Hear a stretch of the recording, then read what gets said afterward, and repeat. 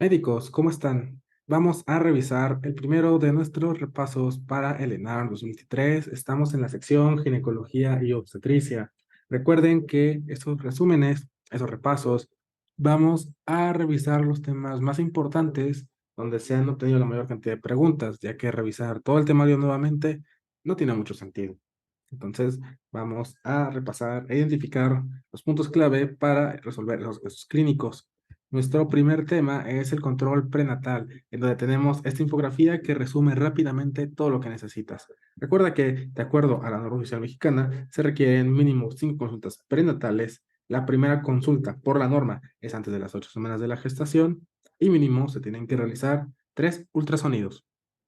Recuerda que en cada consulta debes valorar la frecuencia cardíaca fetal, la altura uterina, valorar los movimientos fetales, la tensión arterial, el aumento de peso y el índice de masa corporal. Recuerda buscar datos de proteinuria, la cual es positiva si con una tira reactiva obtienes solo una cruz, pero esta debe confirmarse por recolección de orina en 24 horas. Recuerda suplementar con ácido fólico desde 3 meses antes de la gestación, 0,4 miligramos a la población general y 5 miligramos de antecedentes de malformaciones o uso de anticonvulsivos. Esto obviamente para disminuir la probabilidad de defectos del tubo neural. Yéndonos de lleno en cuanto a cada una de las consultas, vamos a solicitar desde la primera consulta, que esta se realiza antes de las 3 semanas de gestación, laboratorios completos para tener un basal de la paciente. Vamos a solicitar biometría hemática, glucosa, ego, citología cervical, exudado vaginal, así como BDRL y también prueba de VIH, obviamente con consentimiento informado de la paciente. También la vamos a mandar a odontología y vamos a realizar escala de depresión postnatal. Recuerda que si tienes un puntaje de más de 12, tienes que llevarla a psiquiatría. Entonces, volviendo a la primera consulta, recuerda que en esta se realiza el primer ultrasonido de la semana 11 a la 13,6 semanas de gestación. Aquí vamos a buscar con este ultrasonido confirmar el embarazo o también datos de aneuploidía. También vamos a valorar factores de riesgo para diabetes gestacional, que pueden ser edad de más de 30 años, IMC de más de 30, antecedentes heredofamiliares de diabetes mellitus, así como abortos inexplicables. Recuerda, beber más de 2,3 litros de agua al día en caso para, o recomendar para las mujeres y que máximo pueden beber 2 tazas de café al día. En cuanto a la segunda consulta, esta se realiza de la semana 14 a la 24 semanas de gestación. Aquí vamos a realizar nuestro segundo ultrasonido, el cual tiene que hacerse entre la semana 18 y 22. Este ultrasonido es el estructural, donde vamos a valorar malformaciones fetales. Recuerda que aquí el ultrasonido va a buscar la biometría fetal, el diámetro piparietal, el diámetro abdominal, así como la identificación de anexos, estigmas y malformaciones. Recuerda dar a las pacientes hierro suplementario a partir de la semana 20. En cuanto a la tercera consulta, recuerda que esta se realiza de la semana 25 a la 28.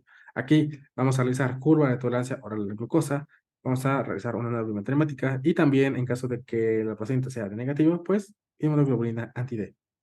En la cuarta consulta, recuerda que esta se realiza de la semana 29 a la 34. Aquí vamos a realizar el tercer ultrasonido, el cual se realiza después de la semana 30 de gestación. Aquí es el ultrasonido obstétrico, donde lo que se busca es valorar la restricción del crecimiento intrauterino. Entonces, obviamente, vamos a valorar el crecimiento, vamos a realizar monitoreo cardiofetal, DIPS, así como el índice de ILA, y vamos a realizar tamizaje para preeclampsia. Finalmente, en la quinta consulta, esta se realiza después de las 32 semanas de gestación. Aquí vamos a valorar cómo se va a resolver el embarazo. Aquí se realiza un cuarto ultrasonido, que este ya es opcional, este ya no está incluido en la guía estrictamente, y va a ser el ultrasonido obstétrico también, y va a realizar monitoreo cardiofetal. Esto es todo lo que tienes que saber de control prenatal médico. Vamos con un tema súper importante que es aborto. Hay que tener muy en cuenta las definiciones. Aborto es la terminación espontánea o provocada de la gestación antes de la 20ª semana, contando desde el primer día de la última menstruación normal o expulsión del producto de la gestación con un peso menor a 500 gramos. Aquí tenemos varios. El aborto completo, que es la expulsión total del producto de la concepción y que no requiere una evacuación complementaria. Después está el aborto diferido, que se presenta cuando una vez ocurrió la muerte del producto de la concepción, este no se expulsa de forma espontánea. Luego viene el aborto en evolución, que es la presencia de hemorragia genital persistente, actividad uterina reconocible clínicamente, así como modificaciones cervicales, que son los que obviamente ya te están hablando de que esto es irreversible o que ya está sucediendo, borramiento y dilatación. También tenemos el aborto incompleto, lo dice su nombre, cuando ha ocurrido expulsión de una parte del huevo o el feto y el resto se encuentra aún en la cavidad uterina. Después viene el aborto inevitable, el cual es un tipo de aborto en el que existe hemorragia genital intensa, ruptura de membranas y modificaciones cervicales o una actividad uterina reconocible. También aparecerán complicaciones que hacen imposible continuar la gestación. O sea, otra vez, ya tenemos ruptura de membranas. Eso es lo que nos habla de un aborto que estrictamente no está sucediendo, pero ya es inminente porque se rompieron las membranas. Después tenemos el aborto séptico, en el cual es cualquiera de las variedades anteriores, pero donde se presenta infección intrauterina o pélvica. Y la amenaza de aborto, donde tenemos hemorragia genital y contractilidad uterina, pero la diferencia es que no tenemos modificaciones cervicales. Aquí tenemos las causas. Es importante reconocer que las anormalidades cromosómicas van a ser responsables hasta del 49% de los abortos espontáneos. También la presencia de pólipos mayores de 2 centímetros. Y recuerda que por lo mismo la miometría uterina se asocia con el aborto por las siguientes razones. Uno, dificultad para la implantación y por lo mismo un deficiente aporte sanguíneo al feto. Un rápido crecimiento y degeneración del mioma, lo cual va a provocar liberación de citocinas y por lo tanto un lugar estresante que va a impedir la fijación o el desarrollo del producto y la ocupación total del espacio uterino, lo cual va a dificultar el crecimiento del feto. Recuerda que cuando existe un aborto previo, se incrementa la posibilidad de uno nuevo hasta el 5%. Y recuerda que los anticuerpos antifosfolípidos y los anticardiolipinas también se asocian a aborto recurrente.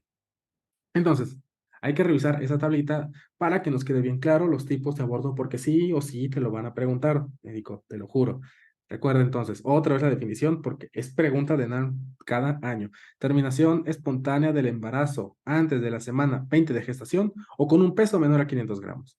Entonces, aquí tenemos amenaza, donde puede presentar dolor, el cervix no va a tener modificaciones, puede o no presentar sangrado, vamos a tener obviamente frecuencia cardíaca fetal porque el feto está vivo, solamente es una amenaza, y el tratamiento es reposo de 48 horas, así como prohibir el coito.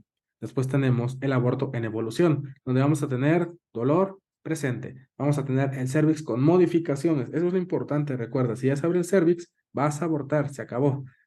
El sangrado es importante. Puede o no haber frecuencia cardíaca fetal, pues puede que el producto siga vivo durante la evolución del aborto y el tratamiento es legrado si tiene menos de 12 semanas de gestación o ya conducción con misoprostol si tiene más de 12 semanas de gestación.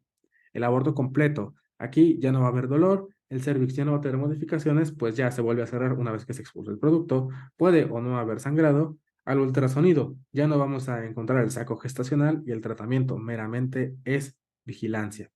En cuanto al aborto incompleto, puede presentar dolor, el cervix tiene modificaciones, pues aún no se ha retirado todo el producto, el sangrado también va a ser importante. En el ultrasonido vamos a tener un saco gestacional irregular, pues por lo mismo de que aún quedan restos, y el tratamiento va a ser legrado si tiene menos de 12 semanas de gestación, o misoprostol si tiene más de 12 semanas de gestación. Después viene el aborto inevitable, el cual puede presentar dolor, el cervix puede presentar modificaciones, pero lo importante es que hay mucho sangrado y aún más importante, y es la clave médico, el líquido amniótico va a estar presente. O sea, se rompió la fuente, se rompieron las membranas. Eso es lo que te está hablando de que es un aborto inevitable. Por lo mismo, puede que el producto siga vivo para este momento, por lo que es probable que encuentres frecuencia cardíaca fetal todavía. El tratamiento, el mismo, legrado si son menos de 12 semanas de gestación, misoprostol si son más de 12 semanas de gestación. El aborto diferido, vamos a tener aquí, el dolor va a estar ausente, el cervix va a estar sin modificaciones, no vamos a tener sangrado y vamos a tener el producto todavía retenido, pero obviamente pues este ya no es viable, ya se acabó. Entonces la frecuencia cardíaca fetal va a estar ausente. El tratamiento es el mismo reposo y esperar a que se evacúe. En cuanto al séptico, el dolor va a estar presente, puede no presentar alteraciones del cervix, puede no presentar un sangrado o puede ser leve, pero lo importante, datos de respuesta inflamatoria sistémica, taquicardia, o sea que la madre tiene frecuencia cardíaca fetal de más de 100, taquipnea, respiración, más de 20 respiraciones por minuto, fiebre o hipotermia y finalmente leucocitosis o leucopenia. El tratamiento es con antibióticos, ampicilina y amicacina. En cuanto al aborto, recuerda que tenemos dos opciones cuando tenemos menos de 9 semanas, que era el grado, ¿no? Tenemos el AMEU y el LUI. Recuerda que las indicaciones de AMEU es cuando la altura uterina es menor a 11 centímetros y la dilatación cervical es menor o igual a 1 centímetro. Y recuerda que en aborto séptico, hasta 6 a 8 horas después de iniciar el tratamiento antibiótico, lo cual va a ser con doxiciclina, 100 miligramos oral, 1 hora previa del procedimiento, y 200 después de realizado el procedimiento. En cuanto al LUI, o el legrado uterino instrumental, cuando se presenta una altura uterina mayor de 2 centímetros y una dilatación cervical mayor o igual a 1 centímetro, y también en aborto séptico, realizar 6 a 8 horas después de iniciar el tratamiento antibiótico. Eso es todo. En cuanto al embarazo ectópico, recuerda que es aquel en el que el blastocito se implanta por fuera del revestimiento endometrial de la cavidad uterina. Recuerda que la localización más frecuente es en la trompa de falopio, pero tiene otras como pueden ser el abdomen, el ovario, el cervix. Y vamos a ver que hay uno en específico que se va a preguntar en un ENARM, por eso lo colocamos. El heterotópico, el cual es un suceso excepcional, que es la combinación de un embarazo intra y otro extrauterino. El extrauterino casi siempre se pierde y el intrauterino llega a tener diversas complicaciones. Esta me la preguntaron a mí hace 2 años. Entonces recuerda, 95% en la trompa de falopio, de los cuales 70% están en la ampolla, 12% en el istmo, 11% en la fímbria y 2,4% intersticial. También tenemos el ovárico en el 3% de los casos y el abdominal en el 1,3% de los casos. La mortalidad aparece del 9 al 13% en los embarazos del primer trimestre y la frecuencia es en aproximadamente 0,8 hasta 2% de los embarazos. Factores de riesgo. Recuerda que está el daño a las trompas de falopio, que puede ser por antecedente de cirugía tubárica, cirugía pélvica, como puede ser cesárea o oforectomía, cirugías intestinales como apendicectomía, y lo más importante es que hay una distorsión de la arquitectura tubárica. También por la enfermedad pélvica inflamatoria asociado a clamidia trachomatis, hasta en el 50% de los embarazos ectópicos. Y recuerda que el embarazo ectópico heterotópico es más común en mujeres que asisten a clínicas de infertilidad, incluso en ausencia de enfermedad tubárica. Recuerda que la fertilización in vitro se va a asociar entre el 2 y el 5%, y en caso de que haya alteraciones de la arquitectura tubárica, puede ser mayor. El cuadro clínico tenemos el no roto y el roto, y es muy importante que diferencies entre cada una. La tríada clásica del roto es sangrado transvaginal abundante, dolor abdominal importante de abdomen agudo y amenorrea.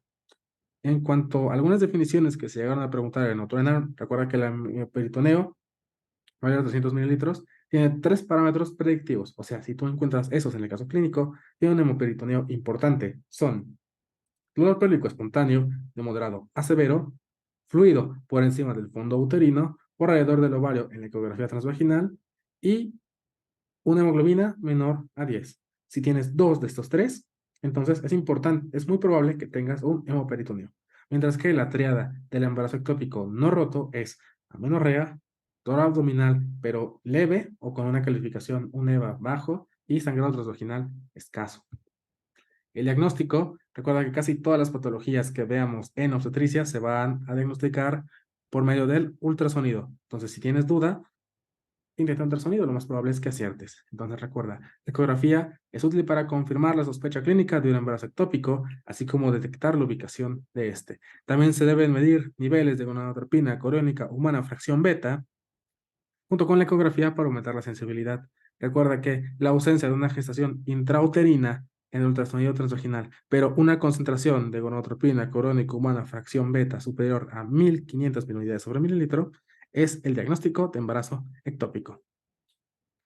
Y cuando se realiza un legrado uterino, si no ocurre el descenso de por lo menos el 15% de la hormona en 12 a 24 horas, se debe considerar un embarazo ectópico. O sea, tú encontraste tú hiciste un legrado, tomas tu gonadotropina coriónica de inicio y a las 12 horas lo vuelves a tomar. Si no ha disminuido por lo menos el 15%, probablemente en un embarazo doble y el que te falta está en otro lado.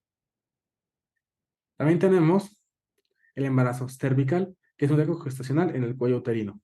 Obvio, ¿no? Esta fue pregunta de NAR 2021. Aquí hay que identificar saco gestacional o de la placenta dentro del cuello uterino. Visualización de una línea endometrial normal, útero en reloj. Esta fue la pregunta de NAR 2021 o en forma de 8. con canal cervical prominente, así como un feto con actividad cardíaca activa por debajo del orificio cervical interno. Y aquí se va a observar el signo del deslizamiento, que es cuando se aplica una presión suave sobre el cuello uterino con la sonda ecográfica durante la exploración transvaginal. Esto para descartar aborto en evolución con aborto retenido por el orificio cervical externo resistente.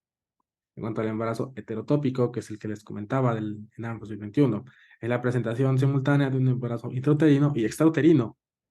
En el examen ecológico de la pelvis y del abdomen en una mujer sintomática ayuda a detectar un embarazo de forma precoz. Aquí tenemos el signo del látigo, que es una correa de vasos excéntrica que tiene un flujo de baja resistencia en el Doppler. Y también tenemos el anillo de fuego, que es la hipervascularización periférica del anillo tubárico. Y también nos ayuda para detectar si el embarazo sigue vivo al tener una señal de color pulsátil. En cuanto al tratamiento, tenemos de dos. Está el metrotexate, que se debe dar en pacientes que están hemodinámicamente estables, con sangrado transvaginal leve, sin dolor o con dolor leve, que no tengamos hemoperitoneo, con una gonadotropina crónica humana entre 6.000 y 15.000, un ultrasonido con una masa ectópica que mida menos de 40 milímetros, y con pruebas hematológicas, hepáticas y renales sin alteraciones. Indicaciones absolutas de tratamiento con metotrexate son deseo de futura fertilidad, un diagnóstico no laparoscópico, paciente dispuesta a volver para seguimiento, muy importante, en los que haya riesgos con la anestesia y sin contraindicación para el metotrexate, o sea, no es alérgica. El esquema de dosis seriada es 1 miligramo kilo de peso intramuscular los días 1, 3, 5 y 7, midiendo obviamente en cada una de las fracciones de gonadotropina crónica humana, prevé el cumplimiento de la dosis subsecuente y recuerda que el valor debe descender en un 15%. O también tenemos el esquema de dosis única, que son 50 miligramos metro cuadrado de superficie corporal intramuscular y se deben medir los niveles a los días 4 y 7, donde el valor también debe descender por lo menos el 15%. Aquí tenemos ultrasonidos. Aquí está el ultrasonido heterotópico, en donde vemos un saco por fuera de la cavidad uterina en la trompa derecha, que es este, y el saco gestacional implantado en la cavidad uterina. Y ese es el famosísimo signo del anillo del fuego, el cual esta es la misma imagen que nos colocaron en su momento en el ENARM 2021. Entonces, en cuanto al tratamiento quirúrgico, vemos que la salpingectomía es el de elección. Esta es la resección segmentaria completa de la trompa de falopio. Esas van a ser embarazo ectópico en la misma trompa, una trompa gravemente lesionada, una hemorragia no controlada antes o después de la salpingostomía y la paridad completa. La salpingostomía también puede ser el método de elección en mujeres en edad reproductiva que desean preservar su fertilidad. Para esta se realiza una incisión sobre el borde antimesentérico de la trompa de falopio. Y vemos que en la actualidad, porque de práctica clínica, la laparoscopía es el tratamiento de elección. Se asocia con recuperación más rápida, un tiempo más breve de hospitalización, reducción de los costos y menor dolor, hemorragia y también disminuye la formación de adherencias. Otras consideraciones que hay que tener en cuenta en cuanto a el embarazo cervicuterino, si se diagnostica a tiempo, puede evitar una hemorragia incontrolable que nos lleve a la histerectomía. Recuerda que el tratamiento quirúrgico consiste en realizar un legrado cervicouterino por aspiración y detener la hemorragia con puntos de Sturndorf. Mientras que en cuanto al embarazo heterotópico, se debe inyectar cloruro de potasio en el saco del embarazo tubario y con esto pues podemos permitir que crezca sin problemas el siguiente producto. Ahora, viene un tema complicado, la enfermedad trofoblástica. Recuerda nada más que tenemos la parcial en la cual es triploide, o sea, y yo lo recuerdo así que es uno y un pedacito, son 69, mientras que la completa pues es uno nada más. Enfermedad trofoblástica gestacional entonces comprende la mola hidatiforme, la mola completa y la mola parcial, las cuales son enfermedades benignas, pero también tiene otras como la neoplasia trofoblástica gestacional, que incluye la mola invasora, el coriocarcinoma y el tumor de ácido placentario, los cuales sí son malignos. Vemos que la incidencia en México es de 2.4 por cada 1000 embarazos, y mientras que la incidencia de mola invasora ocurre en 1 de cada 40 embarazos molares y 1 de cada 150.000 embarazos normales. Factores de riesgo, mola previa, aborto previo, embarazo ectópico previo, embarazo previo de término. En mujeres mayores de 40 y 50 años, la incidencia es de 40 y 50 respectivamente. Entonces aquí tenemos algunos. El cuadro clínico, vamos a ver que en el primer trimestre del embarazo hay que sospechar de una enfermedad trofoblástica gestacional en caso de hemorragia uterina anormal, crecimiento uterino mayor al esperado por edad gestacional, ausencia de frecuencia cardíaca fetal, presencia de quistes tecaloteínicos, hiperemesis gravídica, hipertensión gestacional en las primeras 20 semanas de gestación, así como niveles elevados de hormona gonadotropina crónica humana. Cuando existe sangrado uterino normal por más de 6 semanas posteriores a cualquier embarazo, hay que sospechar enfermedad trofogástrica gestacional. Y estos son, otra vez, signos que nos van a orientar de acuerdo a la guía de biología clínica. Expulsión de vesículas es el más importante si te aparece en un cuadro clínico. Le pones esta, que es la respuesta, enfermedad trofolásica gestacional. También puede ser por hemorragia, hiperemesis gravídica y un útero aumentado de tamaño. En cuanto al diagnóstico, los datos por ultrasonido son un patrón difuso mixto con zonas hiperecoicas y zonas hipoecoicas, presencia de quistes tecaluteínicos, que son donde vamos a presentar ovarios mayores de 3 centímetros de diámetro.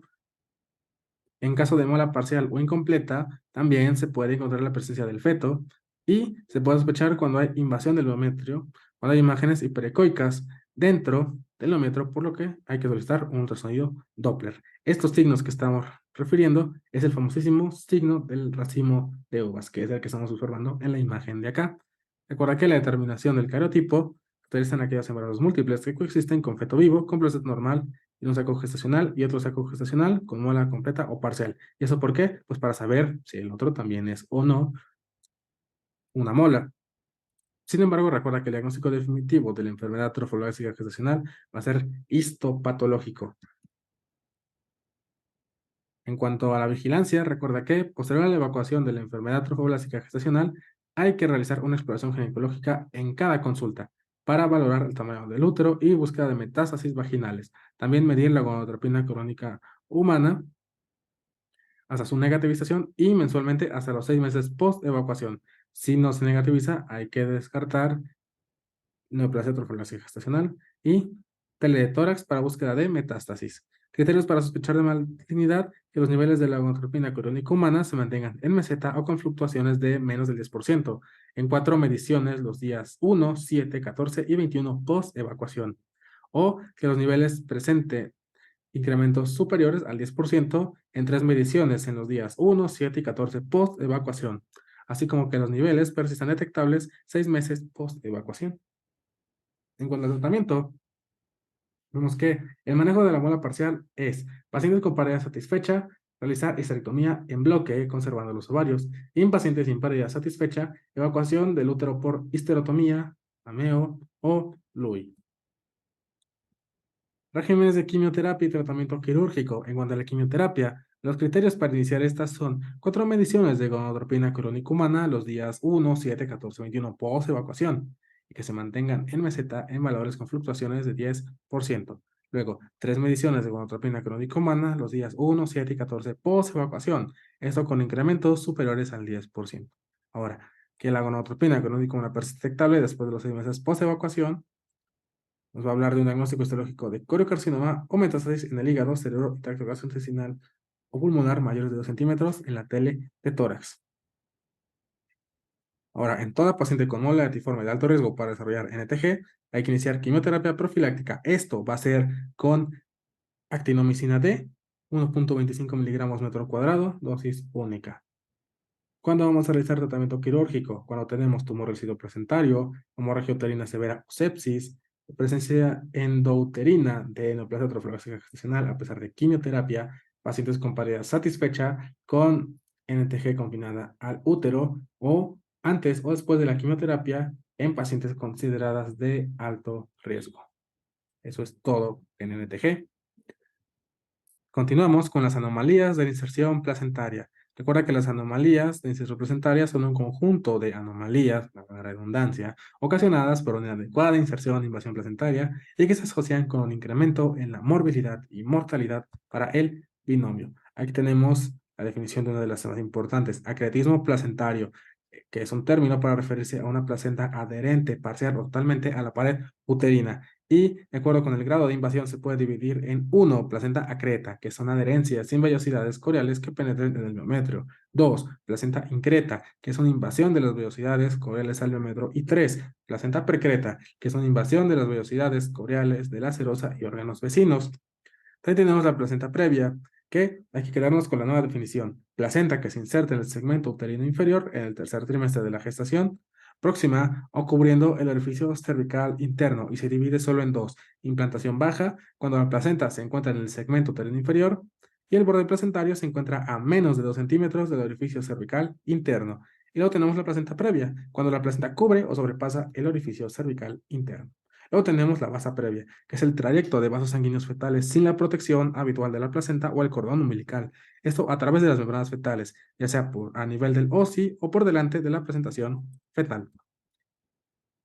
Vamos a hablar del abordaje de las anomalías de la inserción placentaria y vamos a revisar adecuadamente cada una de estas por secciones. Entonces, en pacientes con sospecha clínica de anomalías de inserción placentaria o basa previa, se recomienda hospitalización, ultrasonido y especuloscopía para evaluar la presencia de sangrado procedente de la cavidad uterina. Pero lo más importante, si sospechas de una anomalía de inserción placentaria, no debes realizar tacto vaginal.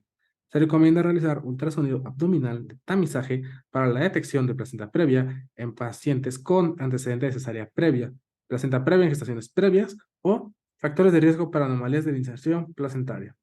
Recuerda que en pacientes con anomalías de la inserción placentaria, el sangrado estimado intraoperatorio es de los 2.000 a los 5.000 mililitros, con necesidad de hemotransfusión hasta el 95% de los casos. Entonces, aquí tenemos principales factores de riesgo para alteraciones en la placentación. El primero es tratamientos de infertilidad.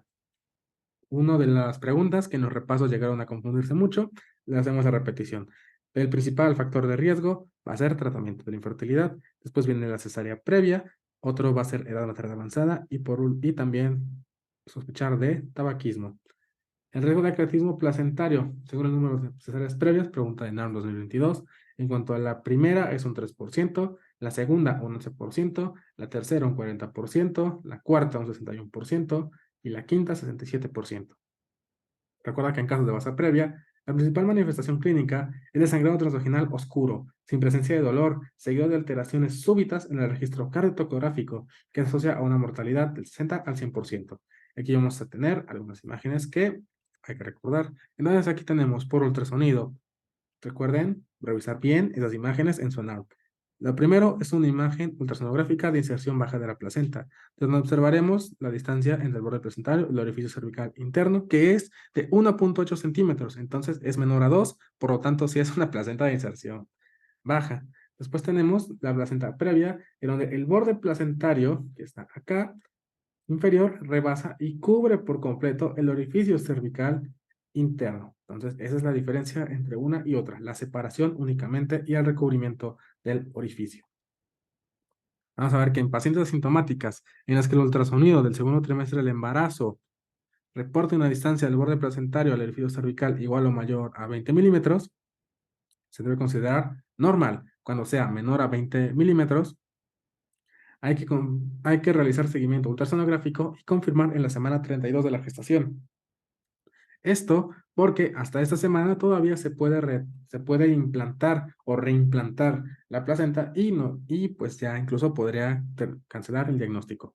Recuerda que el ultrasonido endovaginal es una herramienta segura y efectiva para el diagnóstico de placenta previa o inserción baja de la placenta. En pacientes en las que se realiza este ultrasonido abdominal y se sospecha de placenta de inserción baja, hay que repetir el ultrasonido vía vaginal con la vejiga vacía. Ahora recuerda que el diagnóstico de inserción baja de la placenta se realiza cuando el borde placentario se encuentra a menos de 20 milímetros del orificio cervical interno, sin llegar a cubrirlo, y de placenta previa cuando el borde placentario cubre o rebasa el orificio cervical interno. Lo repetimos muchas veces porque, se los juro, se los van a preguntar. El acretismo placentario. Recordemos que se recomienda el uso de ultrasonido como primera opción del diagnóstico de acretismo, incretismo o percretismo placentario. En cuanto al acretismo, la imagen ultrasonográfica vamos a observar la presencia de lagunas placentarias y pérdida de la zona de interfase. En cuanto a la base previa, vemos que este se establece cuando los vasos fetales se encuentren a menos de 2 centímetros de distancia del orificio cervical interno. Los vasos fetales, no la placenta, hay que tener en cuenta eso. Se recomienda el empleo de ultrasonido para establecer el diagnóstico prenatal de baja previa y se recomienda el uso del ultrasonido abdominal y endovaginal con Doppler para mejorar la efectividad diagnóstica de la basa previa. Ahora, para evitar internamientos innecesarios, hay que confirmar la persistencia de basa previa por ultrasonido entre la semana 30 y 34. En cuanto al ultrasonido de la base previa, aquí tenemos los vasos fetales, debajo de la presentación fetal, recuerda, a menos de 2 centímetros de distancia del orificio cervical interno. Ahora, vamos a ver en cuanto al tratamiento de la placenta previa, únicamente administración de esquema de corticosteroides en la semana 24 a 34 de la gestación. También se recomienda programar el nacimiento entre la semana 36 y 37 de la gestación en pacientes con diagnóstico de placenta previa o inserción baja de placenta y sin factores de riesgo o comorbilidades asociadas. Recuerda que en caso de hemorragia obstétrica, a pesar del uso de uterotónicos, se recomienda el uso de balones intrauterinos o técnicas quirúrgicas para el control de la hemorragia, como ligadura de arterias uterinas, ligadura de arterias hipogástricas o suturas compresivas. Se recomienda practicar histerectomía obstétrica si no se ha logrado controlar la hemorragia con las técnicas de manejo conservador. Y recuerda que se recomienda realizar cesárea de urgencia para el tratamiento de base previa rota. En cuanto al acretismo, vemos que en pacientes con diagnóstico de placenta acreta, increta o precreta, hay que programar el nacimiento entre la semana 34 y 36 de la gestación. Y se debe considerar incluso anticipar el nacimiento si presenta sangrado transvaginal persistente, preeclampsia, trabajo de parto, ruptura de membranas, compromiso del bienestar fetal o desarrollo de comorbilidades maternas. Recuerda que en pacientes con agresismo placentario hay que realizar cesárea histerectomía, dejar la placenta in situ y evitar intentar separar la placenta de las paredes uterinas. Ya vimos que van a sangrar de 3 a 5 litros, no vale la pena. En pacientes con diagnóstico de acretismo placentario, entonces se recomienda realizar incisión media infraumbilical, no Pfannstiel. ¿Por qué? Pues permite mejor exploración de la cavidad abdominal, así como mejor exposición de los tejidos. En pacientes con la placenta acreta, increta o precreta, hay que realizar histerectomía total abdominal, dejando la placenta in situ, en vez de realizar histerectomía subtotal. Y en caso de hallazgo transoperatorio incidental de acretismo placentario, hay que realizar histerectomía obstétrica, dejando la placenta in situ. Eso es todo por esa parte. Vamos a continuar con la ruptura prematura de membranas. Esta se define como una solución de continuidad de las membranas corioamnióticas que se presenta antes del inicio del trabajo de parto y ocurrirá hasta en el 10% de la gestación. Recuerda que la ruptura prematura de membranas es aquella que se presenta antes de la semana 37 de la gestación. En cuanto a la clasificación, puede ser previable antes de la viabilidad fetal, es decir, menor de 23 semanas de gestación, remota al término antes de las 32 semanas de gestación y cercana al término entre las 32 y 36 semanas de gestación. En cuanto al diagnóstico, vemos que el pilar es el antecedente descrito por la paciente de salida de líquido transvaginal y la presencia de líquido en vagina y o salida de líquido a través del orificio cervical. Aquí sí puedes utilizar la especuloscopía también. Entonces recuerda, para sospechar de ruptura prematura de membranas, lo principal es que en el caso clínico, tal cual, refiere a que el paciente refiere salida de líquido transvaginal. Aquí tenemos dos pruebas importantes, la nitracina y la cristalografía. Recuerda que la nitracina consiste en evaluar el pH de las paredes vaginales o fondo de saco posterior. Recuerda que el pH vaginal es de 4,5 a 6, mientras que el de líquido amniótico está entre 7,1 y 7,3. Recuerda que la sensibilidad de esta prueba es de 93%. Sin embargo, puede haber contaminantes que pueden producir resultados falsos positivos de nitracina, como son sangre, líquido seminal, vaginosis bacteriana, tricomoniasis y antisépticos alcalinos.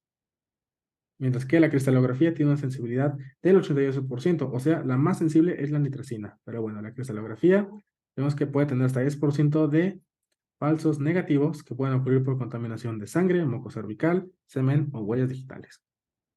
En cuanto al tratamiento, vemos que en pacientes con ruptura prematura de membranas, cuando tienen viabilidad fetal y están antes de la semana 32 de la gestación, son candidatos a manejo conservador si no hay contraindicaciones materno-fetales. O sea, tal cual lo dejas ahí. Lo único que vas a hacer es dar el esquema de esteroides que ya habíamos mencionado anteriormente, pero hay que recordar muy bien ese esquema. Es betametasona, 12 miligramos intramuscular cada 24 horas, 2 dosis, o dexametasona, 6 miligramos cada 12 horas, 4 dosis. Y no se recomienda el uso de tocólisis profiláctica ni terapéutica en mujeres con ruptura prematura de membranas. En cuanto a los antibióticos, vemos que la terapia antibiótica combinada se recomienda el manejo conservador de la ruptura prematura de membranas, donde su meta es prevenir o tratar la infección ascendente intrauterina. Para esto, se pueden utilizar ampicilina y eritromicina intravenosa durante 2 días, pero en México no existe la eritromicina intravenosa. Se lleva de amoxicilina oral y eritromicina oral 5 días en el manejo expectante. El tratamiento se debe dar en los fetos pretérmino, aunque se haya dado profilaxis con el estreptococo del grupo B. Y en pacientes con embarazos mayores de 34 semanas, portadores de anclaje y ruptura prematura de membranas, se recomienda por completo la interrupción de la gestación. Ahora, hay que recordar la infección por virus de inmunodeficiencia humana. El parto por cesárea se debe recomendar a todas las mujeres con carga viral de VIH mayor a 1000 copias. Toda mujer embarazada con infección por VIH debe recibir terapia antirretroviral con sidobudina y la infusión con sidobudina se debe aplicar al inicio del trabajo de parto o ruptura de membranas por lo menos 3 horas antes de la operación cesárea. Tenemos un algoritmo para esta situación. Tenemos una historia clínica con datos de salida de líquido transvaginal. Hacemos una revisión vaginal. Vamos a valorar líquido amniótico en el canal cervical. No lo hay, seguimiento obstétrico. Si lo hay, entonces ahora sí, ruptura de membranas. Hay que valorar la edad gestacional. Es priable, es decir, generalmente menos de 23 semanas, interrupción del embarazo. Nada que hacer. Gestacional de 24, más de 24, pero menos de 34, hay que ver si hay datos de coriamnionitis. ¿Y sí?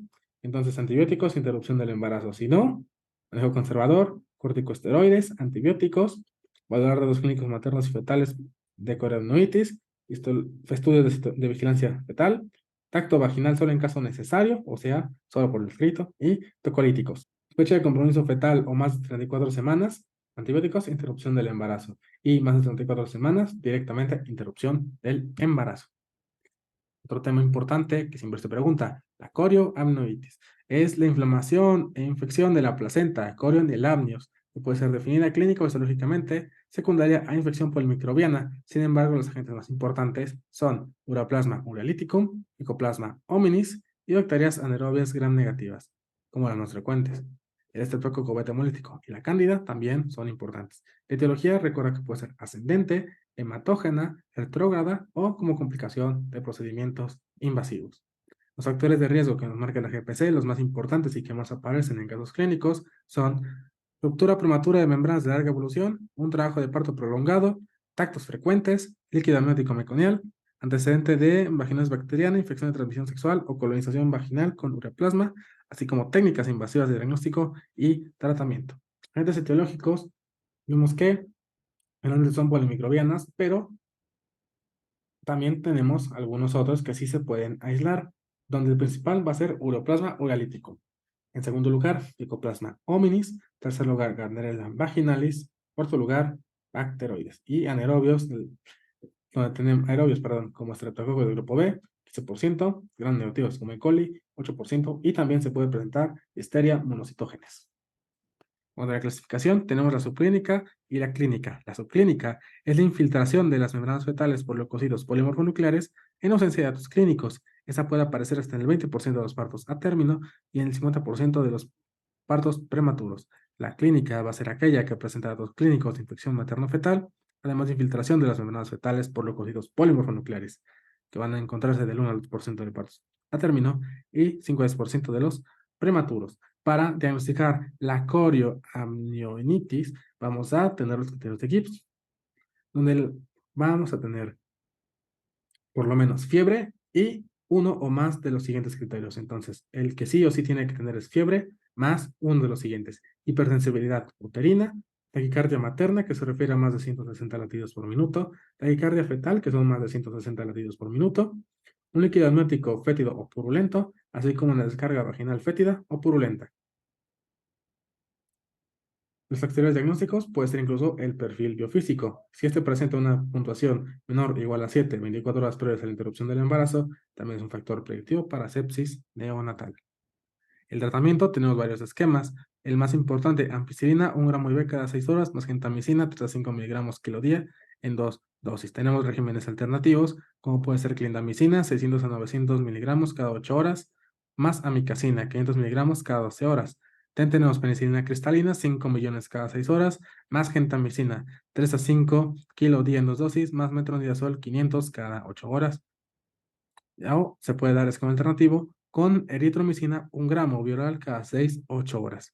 Cuando presentamos coriamnionitis subclínica, es con ampicilina, 2 gramos IV cada 6 horas y gentamicina, 80 IV cada 8 horas. Otro importante es la diabetes gestacional. Este se refiere a la intolerancia a los carbohidratos por diversos grados de severidad que se reconoce por primera vez durante el embarazo y que puede no resolverse después de este. Recuerda que la diabetes gestacional se referirá a aquellas pacientes con diagnóstico previo de la patología o se diagnostican durante el primer trimestre. Aquí tenemos que los hijos de madres con diabetes pregestacional, comparado con hijos de embarazos no complicados, tienen un riesgo de 4 a 10 veces mayor de presentar malformaciones congénitas, abortos espontáneos, muerte fetal y neonatal. Recuerda que la mujer mexicana pertenece a un grupo étnico considerado de riesgo para la diabetes mellitus. Y hay que recordar los 3 niveles de riesgo. Tenemos el riesgo bajo. Son mujeres que cumplen todas las características siguientes. 1. Grupo étnico con bajo riesgo de diabetes, sin diabetes conocido en familiares de primer grado, edad menor a 25 años, IMC normal antes del embarazo, peso normal al nacer, que no tenga antecedentes de alteraciones del metabolismo de la glucosa y sin historia de pobres resultados obstétricos. Tenemos un riesgo intermedio, que son mujeres que no cumplen criterios de bajo ni alto riesgo, y un riesgo alto, mujeres que presentan cualquiera de las siguientes características: obesidad severa, diabetes conocido en familiares de primer grado, antecedente de alteración del embarazo, antecedente de alteración del metabolismo de la glucosa al embarazo previo, diagnóstico establecido de intolerancia a la glucosa, diagnóstico previo de síndrome de ovario poliquístico, antecedentes de productos macrosómicos o más de 4 kilos al nacer y presencia de glucosuria. En cuanto al tamizaje, vemos que se han identificado como factores de riesgo para el desarrollo de diabetes gestacional, edad materna, más de 30 años, historia previa de diabetes gestacional, historia familiar de diabetes, IMC de más de 30, abortos o muerte fetal inútero de causa inexplicable. Vemos que es recomendable realizar glucosa plasmática en ayuno en la primera visita prenatal o antes de las 3 semanas de la gestación a todas las mujeres, que coincide con el cuadro que veíamos al inicio del repaso, para detección temprana de mujeres con diabetes tipo 2, no diagnosticadas antes del embarazo.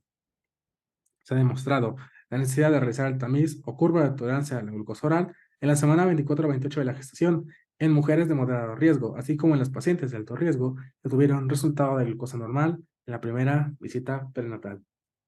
En cuanto al diagnóstico, vemos que los criterios para establecer el diagnóstico de la diabetes gestacional en un paso que se emitieron por el consenso son realizar carga de tolerancia a la glucosa oral con carga de 75 gramos en mujeres previamente sin diagnóstico de diabetes gestacional. La curva se debe realizar en la mañana con un ayuno de 8 horas y el diagnóstico se establece cuando uno de los valores plasmáticos se encuentra elevado. Los criterios para establecer el diagnóstico de acuerdo en 2 pasos son tamizaje con 50 gramos de glucosa, donde no se requiere ayuno, con medición de la glucosa 1 hora postcarga, entre las 24 y las 28 semanas de la gestación.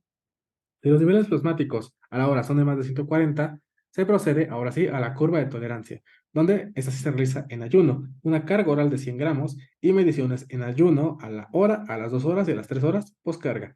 En este caso, cuando es de 2 pasos, por lo mismo, si tenemos 2 valores por arriba de los valores plasmáticos de referencia, tenemos el diagnóstico de diabetes gestacional. Suena un poquito complicado, yo lo sé. Vamos a repasar entonces cómo tendría que hacer. Aquí tenemos criterios para el diagnóstico en 2 pasos. Entonces recuerda, ya que te salió la primera prueba con 50 gramos de glucosa más de 140, le vas a dar 100 gramos más. Entonces, en ayuno, tienes que tener 105 miligramos, a la hora más de 190, a las 2 horas más de 165 y a las 3 horas más de 145. Si tienes 2 de esos valores positivos, haces el diagnóstico de diabetes gestacional. Ahora, en cuanto a los criterios para la diabetes pregestacional, glucosa plasmática en ayuno más de 126, al azar más de 200, 2 horas postcarga de 65 gramos más de 200 o hemoglobina glicada más de 6,5, que si recuerdas son exactamente los mismos para la diabetes en general. En cuanto al tratamiento, vemos que se recomienda restricción energética moderada con dietas de 1,600 a 1,800 kilocalorías al día en diabéticas embarazadas. Esto va a mejorar la glucemia en ayuno sin impedir el crecimiento fetal, no afecta tampoco el peso del producto ni inducirá la cetosis. También se recomienda actividad física aeróbica por lo menos 30 minutos en la mujer embarazada con diabetes. Aquellas embarazadas con diabetes pregestacional con adecuado control metabólico que estamos dando metformina, se recomienda no suspenderlo, pero solo en caso de que ya lo esté utilizando. En caso de utilizar otro hipoglicemiante, considera el cambio a metformina. Y en pacientes que no logran controlarse a pesar de terapia nutricional, de terapia con metformina y ejercicio, hay que iniciar terapia con insulina NPH.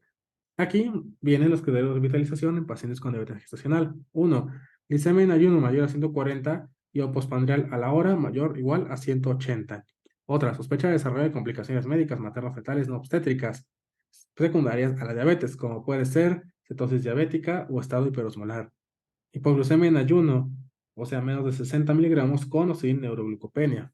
E inestabilidad metabólica con hipoglicemia, seguido de hiperglucemia postprandial de más de 300.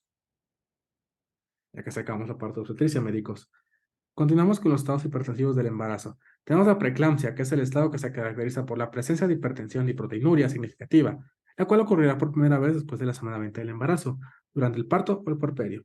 Y también es preeclampsia cuando existe hipertensión desde el embarazo y un criterio de severidad, aun cuando no hay proteinuria demostrada.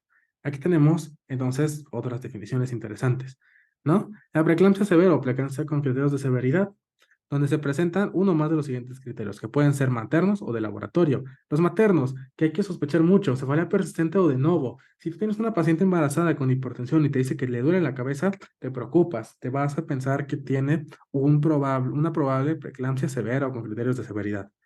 También otras ya más obvias, alteraciones visuales o cerebrales. Otra que se nos puede pasar es muy importante, epigastralgia o dolor en hipocondrio derecho, dolor torácico o disnea, signos de disfunción orgánica, incluso en caso de hipertensión severa, con una sistólica más de 160 y una diastólica de más de 110, edema agudo pulmonar o sospecha de desprendimiento placentario. Y por laboratorio, elevación de creatinina sérica más de 1.1, incremento de transaminasas más de 70 o incremento de deshidrogenasa láctica, así como trombocitopenia a menos de 100.000.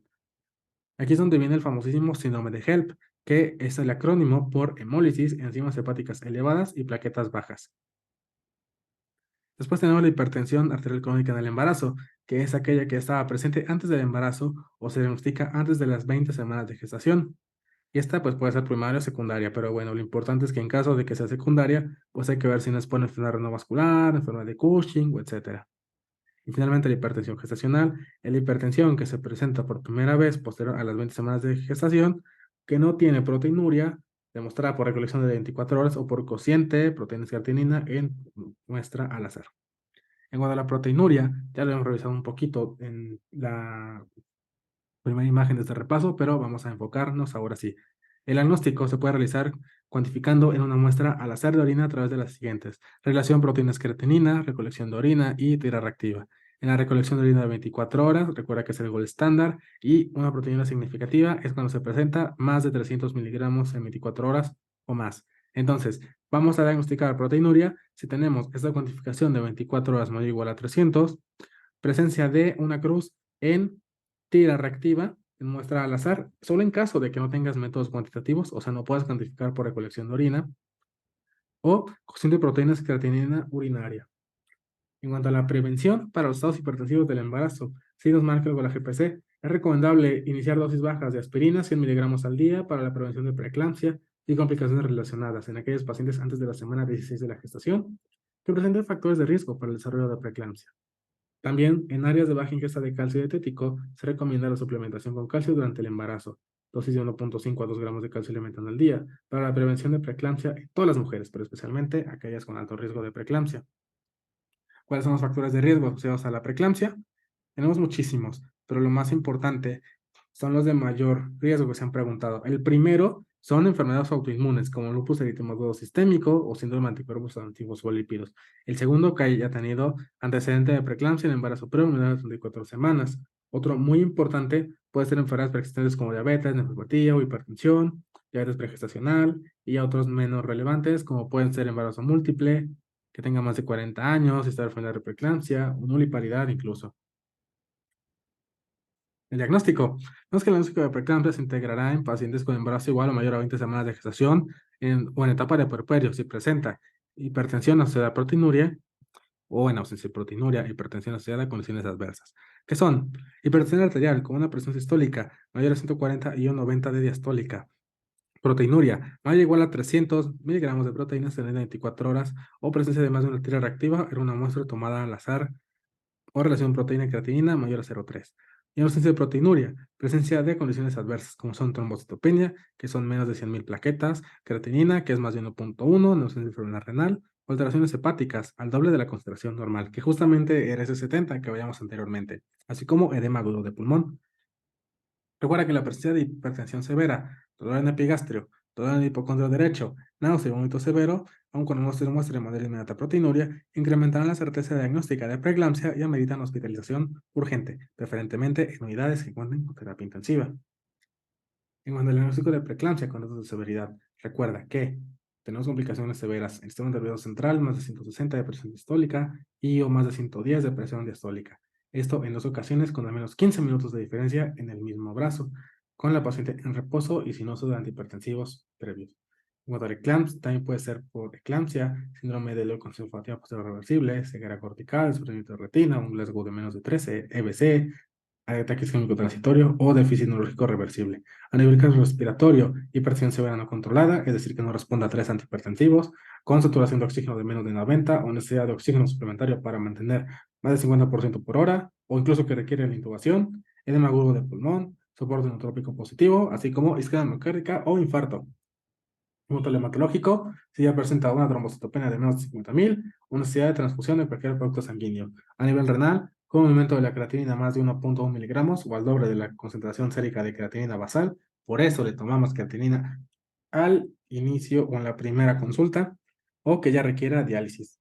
A nivel hepático, una disfunción hepática, un INR de más de 2, en ausencia de coagulación vascular diseminada, elevación de deshidrogenasa láctica más de 600, o un hematoma hepático o incluso la ruptura de este. Y en cuanto a unidad fetoplacentaria, desprendimiento prematuro de placenta normo inserta, onda reversa en ductos venoso o incluso muerte fetal. Aquí tenemos el tratamiento antihipertensivo y el tratamiento que es súper importante. Tienes que memorizártelo, sí o sí, médico. Recuerda que la medida terapéutica en la hipertensión consiste en mantener la TA sistólica entre 155 y 130 milímetros de mercurio y la diastólica entre 105 y 80 milímetros de mercurio. Cuando se considera el uso de terapia antihipertensiva oral, los fármacos recomendados son metildopa, labetalol, hidralazina, antagonistas del calcio con un difedipino o bloqueadores beta como metoprolol o propanolol. Aquí tenemos en orden de recomendación los medicamentos. El primero es alfa-metildopa. La dosis 250, 500 miligramos de oral cada 8 horas, dosis máxima 2 gramos al día. Otro es la betalol, 100 a 400 miligramos al día bioral, con dosis máxima de 1200 miligramos al día. Nifedipino, de 20 a 60 miligramos de oral, si es de liberación prolongada, con dosis máxima de 120 miligramos al día. Metoprolol, 100 a 200 bioral cada 8 a 12 horas, con dosis máxima de 400 miligramos al día. Recuerda que esta está contraindicada en asma. Y la hidralazina, 25 a 50 miligramos bioral cada 6 horas, 200 miligramos al día, dosis máxima. Y recuerda que la hidralazina te puede causar el síndrome lupus-like. Hay que tener cuidado con eso. Se recomienda hospitalizar a la paciente con embarazo y preeclampsia con datos de severidad, iniciar el tratamiento antihipertensivo con nifedipino en cápsulas de acción corta y o hidralazina parenteral intravenosa IV y o labetalol intravenoso en caso de que contemos con él. Entonces, ¿cuáles vamos a utilizar en preeclampsia severa?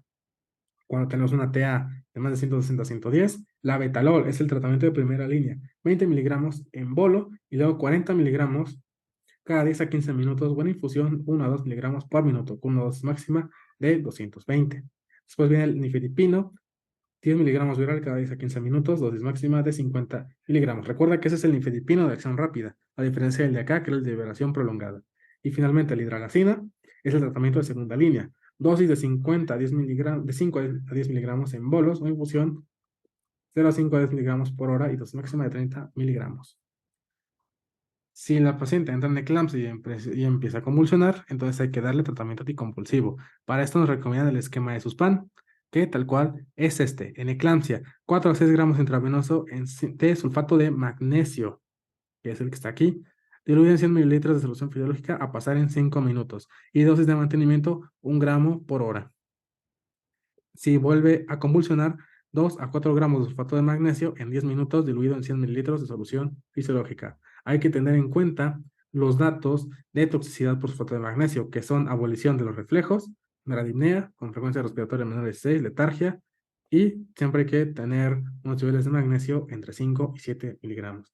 En cuanto al síndrome de HELP, vemos que el manejo expectante tiene un riesgo de muerte de hasta un 6.3%. Por lo tanto, se recomienda la terapia con inicio del sulfato de magnesio, corticosteroides y control de la presión arterial sistólica con antihipertensivos. Recuerda que la única forma de resolver el síndrome de HELP es por la interrupción del embarazo. Para eso se utiliza el protocolo Mississippi, que va a incluir las tres partes que estamos revisando. 1. Sulfato de magnesio, mismo esquema de Suspán. Bolo inicial de 4 a 6 gramos, seguido de 1 a 2 gramos por hora intravenoso hasta las 24 horas posparto. También tenemos la terapia con corticosteroides, que van a ser 10 miligramos intravenoso cada 12 horas ante parto y posparto hasta tener un recuento plaquetario, de más de 100.000 plaquetas y posteriormente 5 miligramos IV cada 12 horas hasta la remisión del síndrome. Y finalmente, control de la presión arterial sistólica con el hipertensivo, donde vamos a buscar mantener una tensión arterial sistólica entre 140 y 155 y la diastólica entre 80 y 100 milímetros de mercurio.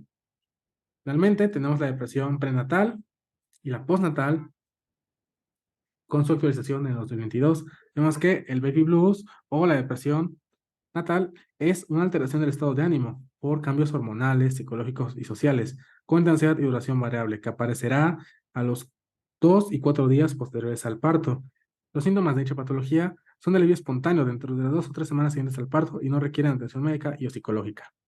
¿Por qué? De acuerdo al DSM-5, la depresión postparto se define como un episodio depresivo mayor al inicio del periparto. Entonces, para la prevención, se recomienda ofrecer psicoterapias, incluida consejería, terapia cognitivo-conductual y terapia interpersonal, que son eficaces como estrategias de prevención en la depresión perinatal. La consejería proporcionará una escucha y reflexión empáticas. Y aquí, entonces recuerda, la terapia cognitivo-conductual se centra en distorsiones cognitivas, emociones negativas y comportamientos resultantes, mientras que la terapia interpersonal se enfocará en la comunicación y las interacciones con otros para fortalecer las relaciones. Para esto, vamos a tener la escala de Edimburgo, que también revisamos incluso en la primera diapositiva, ¿no? Vemos que es un cuestionario autoinformado de 10 ítems sobre los sentimientos de depresión experimentados en el periodo postnatal en los últimos 7 días. Cada uno va a tener un puntaje que varía de 0 a 3. Vemos que tarda aproximadamente 5 minutos en realizarse, pero hay que tener cuidado porque factores como la edad, sobre todo en mujeres adolescentes o con enfermedades concomitantes, pueden modificar la sensibilidad. Recuerda que una puntuación de más de 10 tiene alta probabilidad de depresión, y cualquier número que se escoja que no sea el 0 en la pregunta 10 significa que también es necesario realizar evaluaciones adicionales de inmediato. En cuanto al tratamiento, se recomienda el uso de terapia cognitivo-conductual durante el embarazo con enfoque en el grupo de factores de riesgo para desarrollar la depresión perinatal. Aquí se recomiendan antidepresivos en etapa pre y postnatal, como son inhibidores de la recaptura de serotonina, donde recuerda que la sertralina se lleva la estrella, pero también puede ser fluoxetina, paroxetina o citalopram, y si no funciona, antidepresivos tricíclicos como la amitriptilina. Tenemos este algoritmo, tenemos una mujer en etapa perinatal, se va a realizar aplicación de la escala de Edimburgo. Tenemos menos de 10 puntos, consejería y continuar con vigilancia pre y postparto. Y vamos a continuar con vigilancia pre y postparto por lo menos cada trimestre. ¿Hay mejoría? Bien, se acabó. En caso de que tenga más de 10 puntos, intervención de equipo multidisciplinario, enfermería, psicología, los médicos y los ginecos. Detección de factores de riesgo y cambios en el puntaje de Edimburgo a menos de 10. Continuar vigilancia pre y postparto. ¿Hay mejoría? Muy bien. Tratamiento con redes de apoyo, terapia cognitivo-conductual y farmacoterapia. ¿Mejoría? Bien, se acabó. No, referencia a tercer nivel. Continuando con los temas, ahora pasamos a la sección de ginecología. Vamos a ver amenorreas. Amenorrea primaria se define como la ausencia de menstruación cuando la mujer ha cumplido ya 16 años y desarrolla caracteres sexuales secundarios, o a los 18 años, si ella los presentó.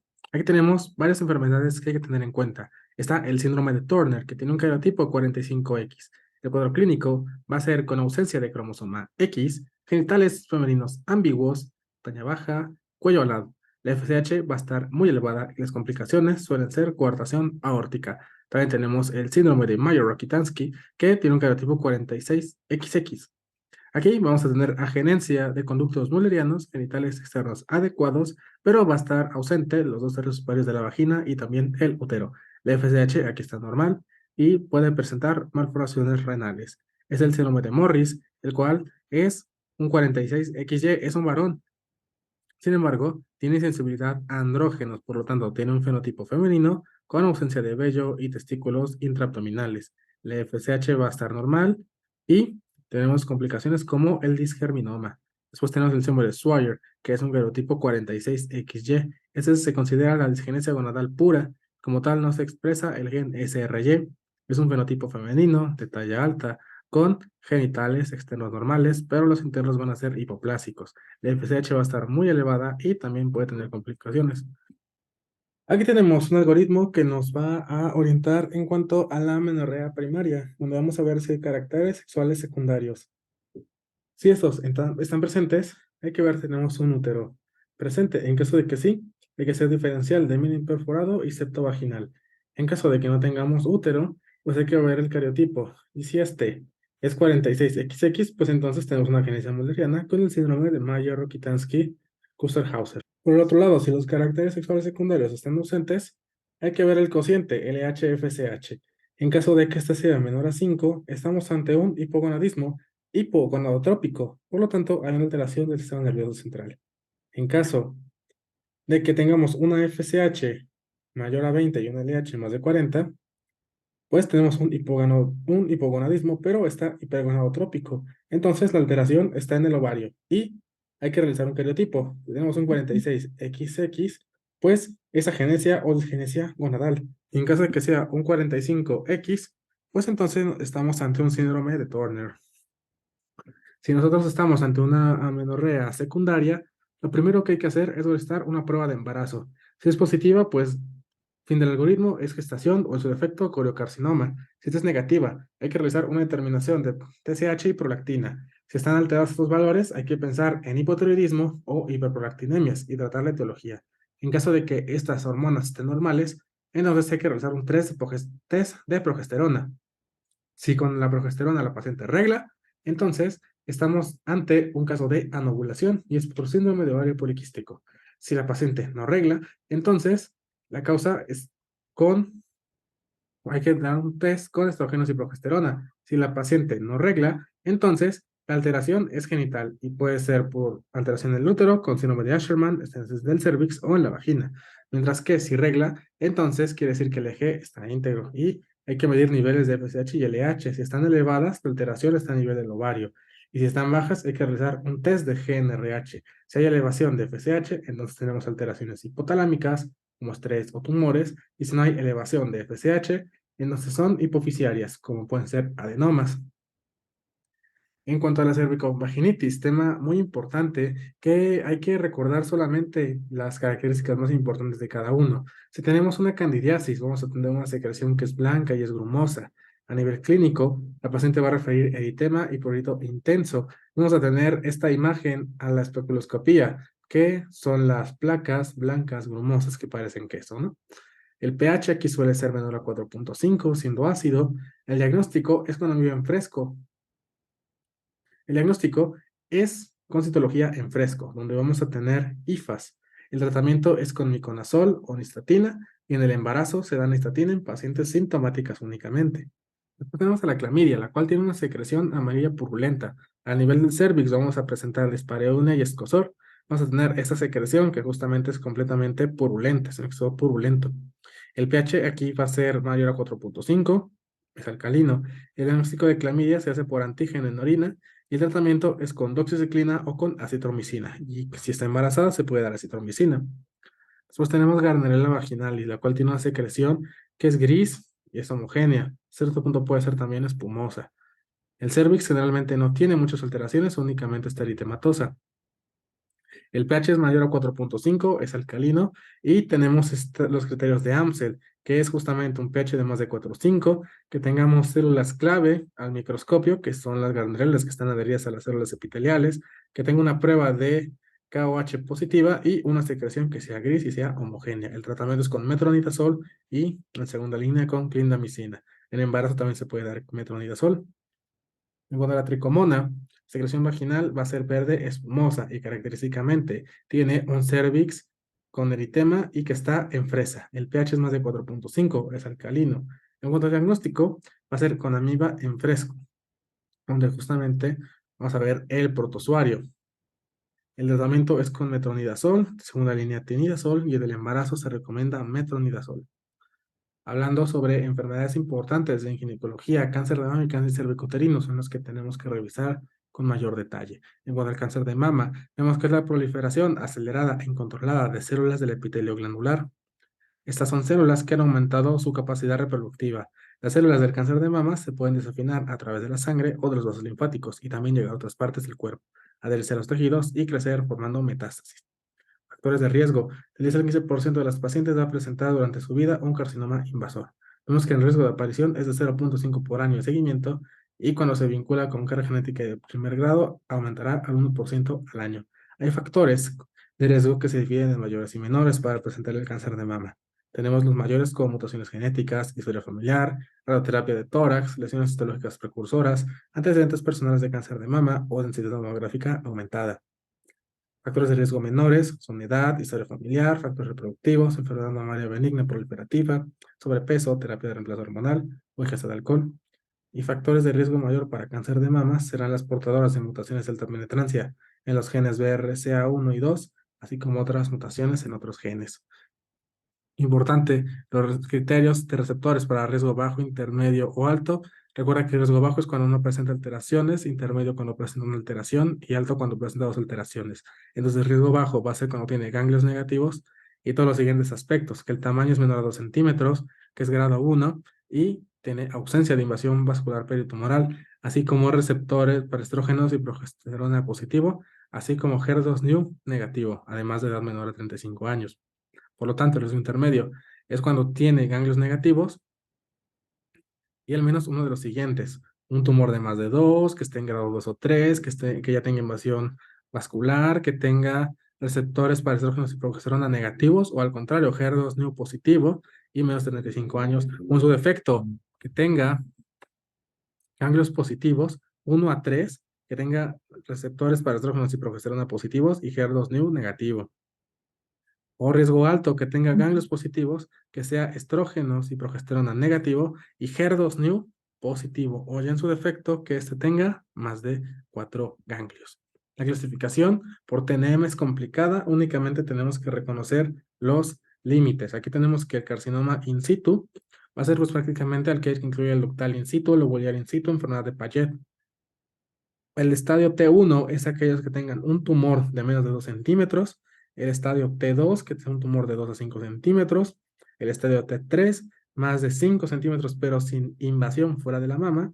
Y un T4, tumor con lesiones agregadas, satélites inflamatorios, donde lo importante es que el T4A es una extensión a la pared torácica, que no solo incluye adherencia o invasión de los músculos pectorales. T4B, ulceración de la piel o nódulos satélites ipsilaterales con edema, que puede ser piel de naranja, que un T4C que tenga ambos, entonces el A y el B, y el 4D, que es un carcinoma inflamatorio.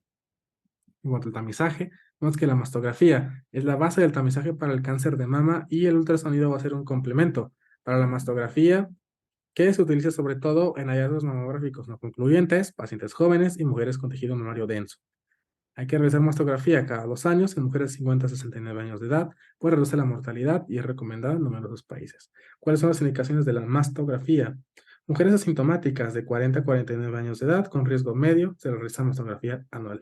Asintomáticas de 50 a 64 años de edad hay que realizar mastografía cada 1 o 2 años. Mayores de 74 años de edad, mastografía cada 1 o 2 años si tiene buena salud.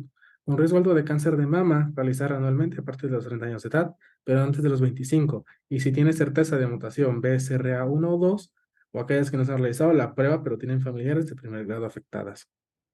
Entonces, lo importante, es recomendable realizar la mastografía en mujeres a partir de los 40 años de edad. El cuadro clínico es uno que ya conocemos, tumor palpable de consistencia dura, no dolorosa, con escaso desplazamiento y bordes irregulares. También puede presentar ganglios de mayor consistencia, duros, no dolorosos, persistentes, que tienden a formar conglomerados de crecimiento progresivo. Podemos presentar edema en la piel con piel de naranja, retracción cutánea, úlceras en la piel, úlceras o descamación del pezón, así como telorrea, que son secreciones cero sanguinolentas. Y obviamente otras mastografías sospechosas o sugestivas de malignidad con BIRATS de 5, que pues sí es por biopsia, pero ahorita revisamos bien esa clasificación. El diagnóstico, entonces recordar otra vez, porque es importante que lo sepan, realizar examen clínico de mama en mujeres mayores de 40 años de edad cada año. Se sugiere que toda mujer mayor de 20 años de edad debe estar sujeta a un examen clínico de mama cada 1 a 3 años por parte del examen físico.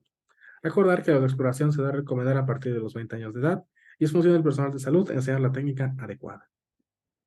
Se recomienda realizar en la persona con sospecha de cáncer de mama historia clínica y examen físico, así como considerar solicitar mastografía bilateral y ultrasonido mamario, revisión patológica por medio de biopsia con TrueCut, determinación de receptores hormonales en caso de cáncer de mama ductal y consejo genético en pacientes de alto riesgo.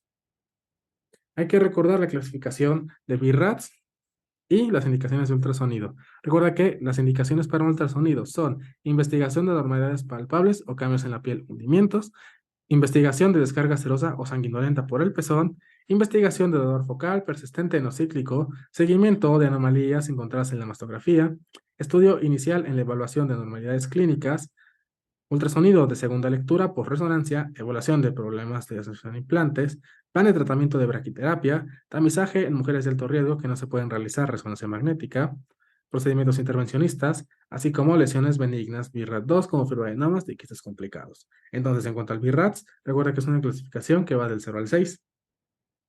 Aquí tenemos el, la categoría 0, que es incompleto, que requiere una nueva mastografía o en su defecto un nuevo ultrasonido. Entonces, aquí pues hay que repetir el estudio. El BIRATS 1 es únicamente se reconoce como negativo y el manejo es continuar con el screening de rutina. Tiene un 0% de posibilidad de malignidad. Después viene el BRAF2, que también es benigno, y únicamente se continúa con mastografía de screening de rutina, donde la posibilidad del cáncer también va a ser 0%.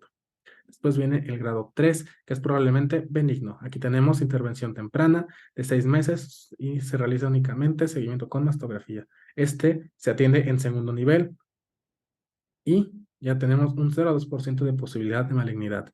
Luego viene el 4, que es el más importante porque es sospechoso de malignidad. Se divide en 4A, B y C y obviamente requerirá diagnóstico histológico para corroborar que no es cáncer. Entonces, el 4A es aquel que tiene de más de 2 y menos de 10% de posibilidad de malignidad. El 4B, que tiene más de 10%, pero menos de 50% de posibilidad de malignidad. Y el 4C, que tiene más de 50%, pero menos de 95% de posibilidad de malignidad. Luego viene el 5, que es altamente sugestivo de malignidad.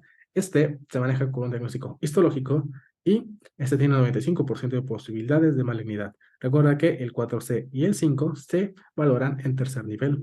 Finalmente, tenemos el grado 6, en lo de la malignidad ya se corroboró por biopsia. Entonces, únicamente se realiza excisión quirúrgica si se permite. Es todo. No necesitas meterte en tratamiento ni en otras cosas porque ya es demasiado. Excede realmente lo que viene en el ENORM. No te preocupes. Ahora, vamos a ver el cáncer de cervicuterino, que es un tumor maligno originado por la pérdida del control de crecimiento de células del endocervix y el exocervix y puede invadir estructuras adyacentes. En cuanto a la epidemiología, es la segunda causa de mortalidad por neoplasia maligna. Aparece en un rango de los 25 a los 65 años. Las tasas de curación en el estadio 1 a 1 es del 99%, del 1 a 2 al 1 a 1B del 85% y ya del 2D al 4 menor al 70%. El 90% son epidermoides, mientras que el 10% son adenocarcinomas. Los factores de riesgo relacionados con el cáncer cervicuterino son inicio de la vida sexual antes de los 18 años, múltiples parejas sexuales, infección por el VPH, tabaquismo, infecciones de transmisión sexual, pareja sexual masculina infectada por VPH, tener una pareja que ha tenido múltiples parejas sexuales, mujeres menores de 30 años sin antecedentes de control citológico, deficiencia de ácido fólico, así como mujeres inmunocomprometidas. Recuerda que el BPH tipo 16, 18 y los 30 se asociarán a cáncer cervicuterino, mientras que los tipos 6 y 11 son los que se asocian sobre todo a verrugas. Aquí tenemos un poquito sobre la historia natural de la enfermedad, donde vemos que incluso tarda 20 años aproximadamente en presentarse. Entonces, obviamente, hay que hacer por eso el tamizaje. Si tenemos un inicio de la actividad sexual, se recomienda citología a los 21 años o 3 años posteriores al inicio de esta. A partir de aquí, hay una posibilidad de regresión del 80 al 90%. Aquí se recomienda la vacunación. Si ya tenemos una neoplasia intracelular de grado 1, pues es una lesión de bajo grado y solo se observa o se electrocoagula. Si esto continúa, la paciente puede presentar leucorrea, dispareunia, úrea, sangrado postcoital, y aquí se recomienda como tratamiento la colonización y la biopsia. Estamos ante el NIC2 y el NIC3, donde son lesiones cervicales de alto grado. El NIC1, pues por lo tanto, es de bajo grado. Si esto continúa, pues ya tendremos un carcinoma invasor que obviamente se refiere al cáncer cuello uterino. El cuadro clínico, vamos a presentar sangrado intermenstrual, poscoital, posmenopáusico. También puede presentarse una apariencia normal en el cervix, descarga vaginal con manchado de sangre y dolor pélvico. En cuanto al tamizaje, la prueba de elección para cáncer cervicuterino es la citología cervical de base líquida. Y vemos aquí que la citología convencional es el método de elección de tamizaje, pues debido a su menor costo. O sea, la mejor es la citología cervical de base líquida, pero la que recomienda la GPC de todos modos es la convencional. Vemos que la citología cervical se realizará anualmente hasta que se acumulen 3 negativas técnicamente satisfactorias y posteriormente se recomienda cada 2 a 3 años. Esta citología ya no está indicada en mujeres de más de 70 años, con antecedente de tamizaje regular en un periodo de 10 años y con los 3 últimos reportes negativos, o mujeres que no tienen un riesgo incrementado de padecer cáncer cervicuterino. Aquí tenemos las clasificaciones de las lesiones cervicales por Bethesda, Richard y la OMS. Realmente hay que recordar que el primero es SASCUS por Bethesda. Después viene la lesión de bajo grado, que corresponde a NIC 1 y corresponde a displasia leve. Luego viene la de alto grado, que puede ser el equivalente a NIC 2 o NIC 3. En caso de que sea NIC 2, pues es una displasia moderada. Y si es NIC 3, es una displasia grave. O ya, de plano, carcinoma in situ. Posteriormente vendrá el carcinoma invasor. Aquí tenemos la colposcopía que nos puede apoyar, donde en un cervix tenemos aquí un cervix normal, aquí tenemos unos cambios menores compatibles con lesión de bajo grado, onoplasia intraepitelial cervical, aquí tenemos cambios mayores compatibles con lesión de alto grado, donde vemos un cambio muy evidente con la tinción de yodo y también pues que se pierde la estructura normal, ¿no? La colposcopía. Y finalmente esta, pues ya es un carcinoma invasor del cuello del útero. Entonces, para valorar si utilizamos una colposcopía, hay que valorar una paciente que ya tenga una edad de más de 21 años, aquí nos marca 25, que ya haya tenido relaciones sexuales. Se realiza la primera citología y citología, si es negativa, citología cada 3 años entre los 25 y los 30 años. Si tenemos entre los 30 y los 65 años, hay que hacer un test de PCR para el virus del papiloma humano y citología. Si ambos son negativos, se realizará el test cada 5 años. Si la citología es negativa, pero el virus del papiloma humano es positivo, entonces hay que valorar ese tipado del virus del papiloma humano. Si es de alto riesgo, colposcopía. Si tenemos otro, únicamente se continúa con el tamizaje anual. En caso de que tengamos la citología positiva y el virus positivo, pues colposcopía para toma de biopsia sugerente de lesión. Aquí tenemos la estadificación, va por la FIGO. Únicamente hay que recordar otra vez los puntos de corte. Tenemos el microscópico que va del T1A al T1A2, T1A1, invasión estromal no más profunda de 3 milímetros y no mayor de 7 milímetros de diseminación horizontal.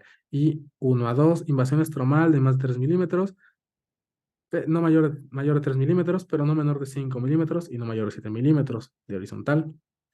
Después viene el que está solo en cervix, que va del T1B1 al T1B2. El T1B1, lesión clínicamente visible no mayor de 4 centímetros, y T1B2, lesión clínicamente visible mayor de 4 centímetros, pero únicamente limitado al cervix. A partir del estadio T2 ya sobrepasa el cervix.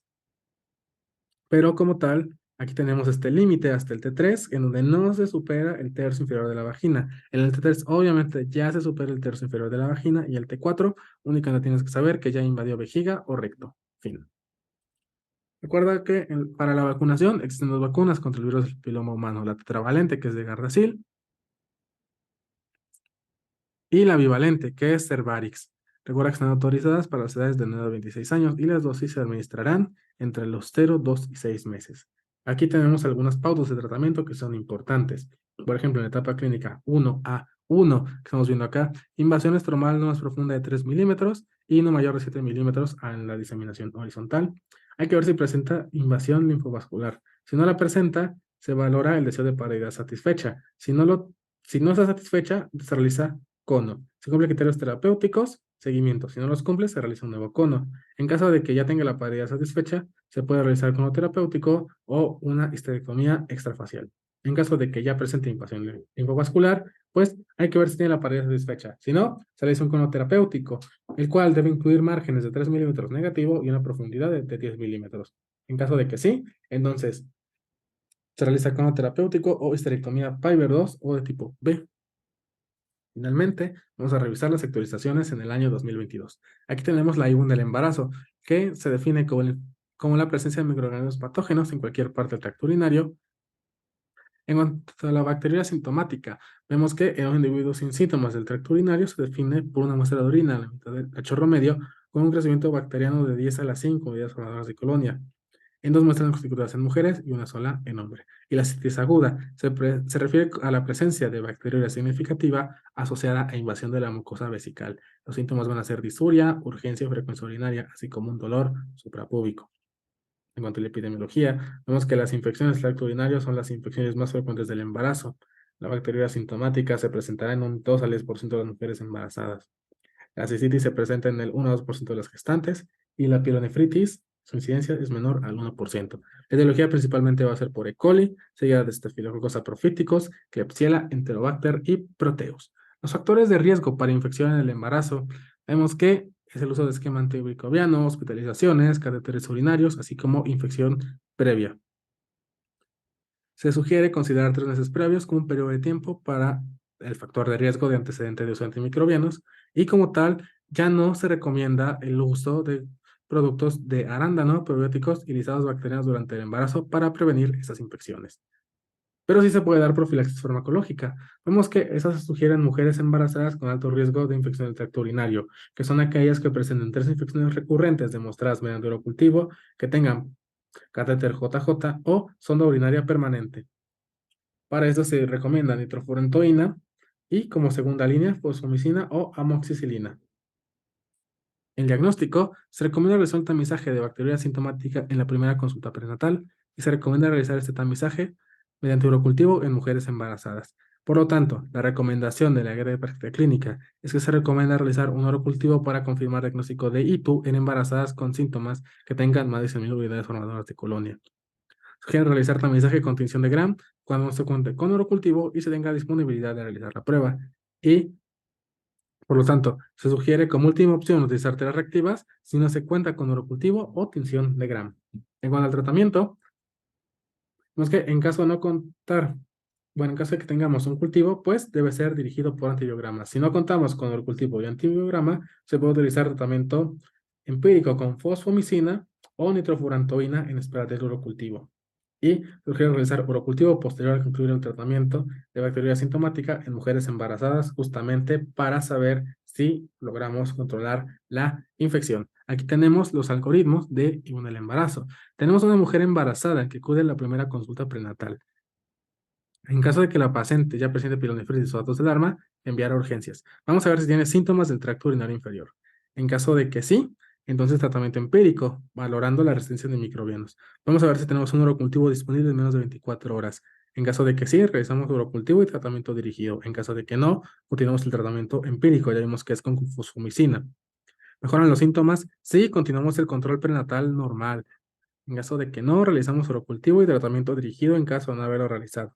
De lo contrario, referimos a segundo nivel de atención.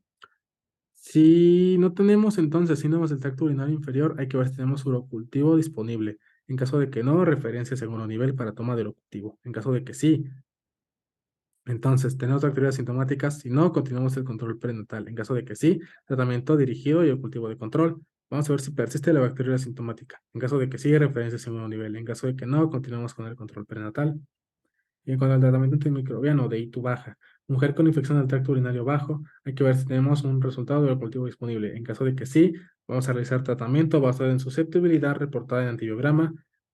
Vamos a evaluar el potencial teratogénico y antecedentes de alergias. En caso de que no, vamos a ver factores de riesgo para microorganismos productores de BLE. En caso de que sí, vamos a dar nitrofurantoína o fosfomicina o ertapenem. En caso de que no, betalactámicos o trimetoprim, sulfametoxazol. Y listo, médico. Fue un repaso medio largo, pero consideramos que esos son los temas que más les van a ayudar para su ENARM. Muchas gracias por estar con nosotros a lo largo de su preparación. Ha sido un año lleno de muchas alegrías y esperemos que en su examen consigan una más para dar por concluido este gran proceso que es prepararse para el ENARM. Mucha suerte, médicos. Nos vemos en el siguiente repaso.